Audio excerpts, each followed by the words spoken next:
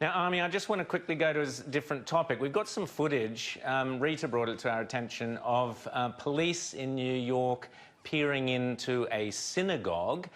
So this is all part of lockdown, COVID lockdowns.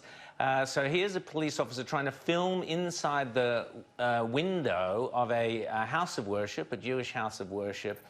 This is very disturbing stuff. What do you make of it? Yeah, it is disturbing. I haven't seen the actual footage myself. I haven't heard about it, but there is obviously debates going on right now on what we need to do. Look, there is no question that there is hot spots in certain Jewish areas of New York. And I got to say, I personally don't like it. I don't like that they are not being as protective as possible. I don't like that they are going against some of the rules, which make sense. Like, some of the rules don't make sense, but some of them do, in fact, make sense. It does bother me a great deal. Having said that, it's the application of the law which bothers me, right? So you have massive rallies of Black Lives Matter and anti-police rallies going on for months, and we do nothing but laud them. Just recently, a few days ago, there was a major Muslim rally for a holiday, and nothing was done to stop that.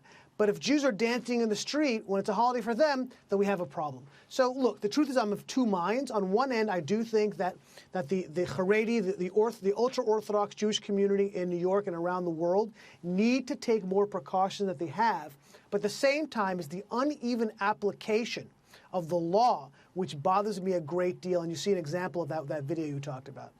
Rita.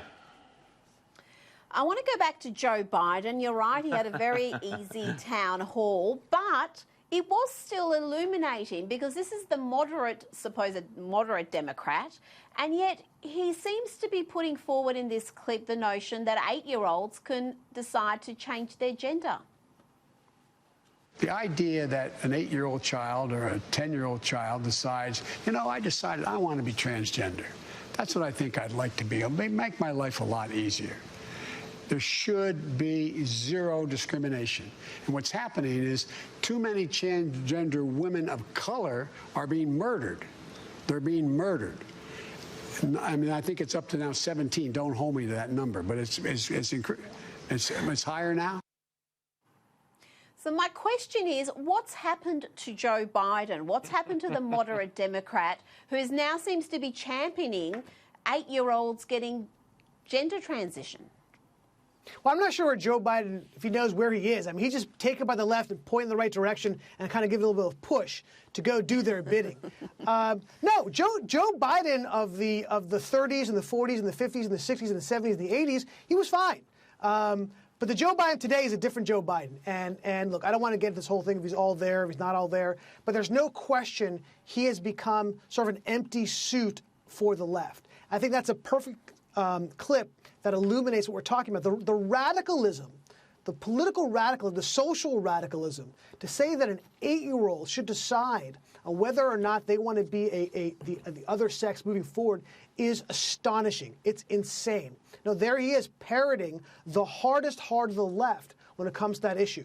No, Joe Biden is. Look, I mean, I can go on and on about Joe Biden, but I mean, just in that same town hall, he was asked whether or not he was going to change the fundamental nature of our democracy by taking one of our pillars of democracy, the judicial courts, and expanding them beyond any reason, right? To expand to what we call now the court packing of the Supreme Court, which hasn't even been attempted in over 100 years. And his answer is really illuminating. His answer is, the voters don't deserve, he used this word, don't deserve to know until after the election. It is insane. That's the reason why we have elections, to know what you're, or the run-up to elections, to know what you think so we can make an informed decision on it.